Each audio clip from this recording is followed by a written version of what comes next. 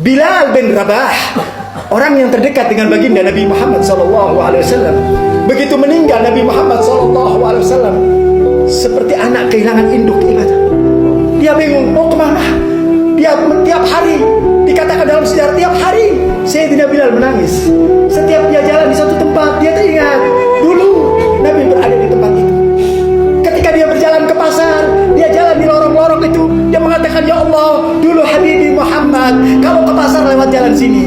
Dulu Nabi Muhammad pernah duduk di tempat ini. Bahkan Abdullah bin Umar, saking cintanya kepada Habibina Muhammad, beliau tidak jalan di satu jalan di kota Madinah kecuali di telapak kaki yang pernah diinjak oleh Nabi Muhammad. Ini mahabbah. Padahal kalau orang mau jalan biasa-biasa saja bisa, tetapi seakan-akan tidak rela. Tanah yang diinjak oleh kekasihnya diinjak. Apa? Karena mereka cinta dengan Nabi Muhammad. Jadi tidak ada motivasi lain kecuali mahabbah. Sayyidina Bilal selalu menangis. Akhirnya Sayyidina Bilal mengambil sebuah keputusan. Sepertinya aku tidak kuat hidup di kota Madinah. Aku tidak mampu hidup di kota Madinah. Kalau dulu waktu adzan zuhur, Rasul selalu berjalan di depan Rasul sambil mengatakan, ya Bilal, qumis shalah ya Bilal. Sekarang sudah tidak ada lagi suara itu. Sayyidina Bilal kalau datang sebelum subuh, Sayyidina Bilal jalan melintasi rumah Nabi sambil mengatakan, qum ya Rasulullah, aku tidak bisa lagi mengatakan seperti itu. Kekasihku sudah diambil oleh Allah Subhanahu wa taala. Singkat cerita, Sayyidina Bilal meninggalkan kota Madinah. Sudah hambar, sudah tidak ada lagi pegangan dalam kehidupan. Sudah tidak ada yang indah di kota Madinah, sudah tidak ada yang dilihat. Sudah tidak ada yang bisa menjadikan pegangan. Kosong, hampa. Orang yang dia cintai sudah tidak ada di muka bumi, ibadah Allah. Maka Sayyidina Bilal mengatakan kepada Sayyidina Abu Bakar, kepada Sayyidina Umar, ya Abu Bakar, ya Umar, izinkan aku untuk meninggalkan kota Madinah. Demi Allah, aku tidak mampu hidup berlama-lama di kota Madinah. Selama kekasihku tidak ada di kota Madinah, demi Allah, aku tidak bisa hidup di kota Madinah. Bayanganku selalu melihat Nabi Muhammad. Allahumma shalli ala Muhammad. Allahumma shalli ala Muhammad. Aku tidak mampu hidup di kota Madinah. Setiap ujung-ujung kota Madinah ada muka Nabi Muhammad. Setiap aku jalan di lorong-lorong di situ aku melihat muka Nabi Muhammad. Setiap aku melintasi rumah Nabi Muhammad, terbayang Nabi Muhammad ada di jendela sambil menatapkan mukanya, ya Bilal. Inilah mahabbah, inilah kecintaan. Sehingga dia mengatakan, aku tidak pantas, aku tidak bisa untuk berlama-lama di kota Madinah.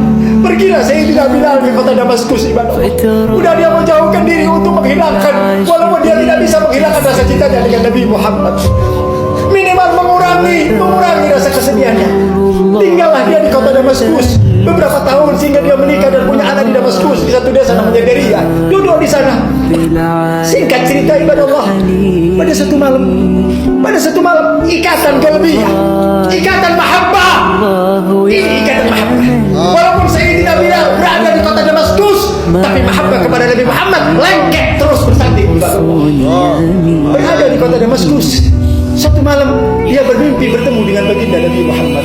Allahumma syarraftana bi ru'yati sayyidina Muhammad. Ya Rabb, pertemukan kami dengan Nabi Muhammad. Ya Rabb, mimpikan kami dengan Nabi Muhammad, ya Allah.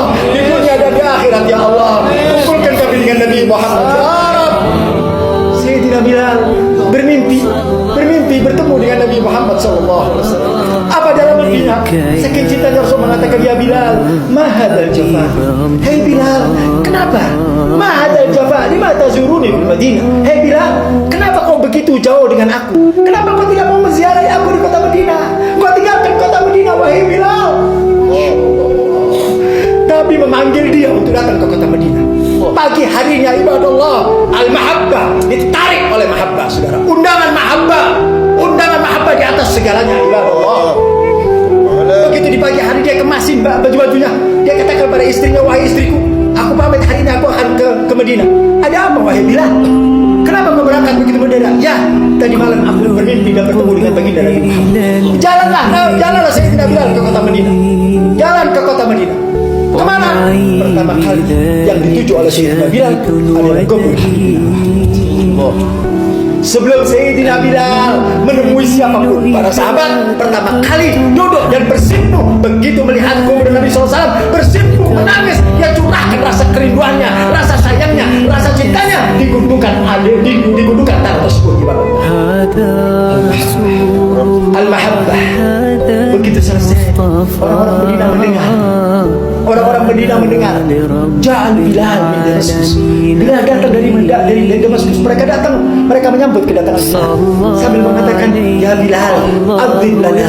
Wahai Bilal, adan seperti zaman Nabi sallallahu alaihi wasallam. Orang-orang Madinah ingin mengenang kembali bagaimana suara Bilal, dan di situ ada baginda Nabi Muhammad. Untuk menghidupkan dikroyat kenangan bersama Habibina Muhammad. Karena yang namanya kenangan mahabbah tidak akan pernah hilang, ibadah Allah. Orangnya boleh meninggal, tapi kenangan mahabbah tidak akan pernah terkubur, ibadah Allah. Jasad boleh habis sudah, jasad boleh meninggal sudah, tapi ketika berbicara tentang mahabbah, kenangan mahabbah tidak akan pernah hilang, ibadah Allah. Sayyidina Bilal diminta untuk adzan. Kata Sayyidina Bilal, jangan suruh aku adzan. Kenapa? Karena dia takut di dalam adzan itu ada nama Muhammad. Dipaksa oleh Sayyidina Abu Bakar untuk adzan, dia tidak mau. Dipaksa oleh Sayyidina Umar, jangan. Kemudian saudara, datanglah cucu baginda Nabi Muhammad sallallahu alaihi wasallam, Sayyidina Al-Hasan wal Husain, Sayyidi Ahlul Jannah. Sibtani Nabi sallallahu alaihi wasallam, cucu Nabi Muhammad sallallahu alaihi wasallam. Begitu mendengar Bilal datang, mereka datang. Ketika itu mereka sedang berumur 6-7 tahun. Lihat Sayyidina Bilal, mereka datang dan merangkul Sayyidina Bilal. Dia memeluk Sayyidina Bilal. Kemudian Sayyidina Bilal mengatakan, wallahi inni samamtu raihatu jaddu. Demi Allah, aku mencium dalam badan anak ini, badannya Nabi Muhammad. Begitu dicium oleh cucunya, tercium baunya Nabi Muhammad. Tidak dilepaskan oleh Sayyidina Bilal, karena ini adalah bagian daripada Nabi Muhammad. Sayyidina Husain minni wa ana minnu. Bagaimana cintanya Nabi Muhammad kepada cucunya, dipeluk oleh Sayyidina Bilal sambil mencium daripada cium badan Nabi Muhammad. Kemudian kedua anak tersebut meminta kepada Bilal untuk adzan. Apa kata Sayyidina Bilal? Demi Allah, kalau bukan karena cucu yang dicintai oleh Nabi Muhammad, niscaya aku tidak akan pernah adzan untuk selama-lamanya. Singkat cerita, adzanlah Sayyidina Bilal, seperti adzan Allahu Akbar, asyhadu an la ilaha illallah. Begitu adzan beliau sampai kepada wa anna Muhammadar Rasulullah. Dia sebutkan nama kekasih Muhammad. Dikatakan di dalam Quran, ketika Sayyidina Bilal menyebutkan nama Muhammad, tenggorokannya macet disebutkan nama Muhammad. Beliau tidak mampu untuk mengucapkan nama Nabi Muhammad. Pasal apa? Beliau jatuh tersungkur dan pingsan. Seakan-akan beliau tidak mampu untuk menyebutkan nama Nabi Muhammad. Kemuliaan Sayyidina Bilal karena kedekatan dengan Nabi Muhammad. Mari ini kita jadikan ibrah, ibadah Allah. Kita jadikan sebuah pembelajaran. Letakkan cinta kita dengan Nabi Muhammad. Kita membaca daripada Maulud Simtud Durar, tiada lain dan tiada bukan untuk menggairahkan mahabbah kita dengan Nabi Muhammad. Al-Habib Ali bin Muhammad Al-Habashi menjadi ulama besar, menjadi wali besar karena di dalamnya menceritakan tentang kecintaan dengan Nabi Muhammad.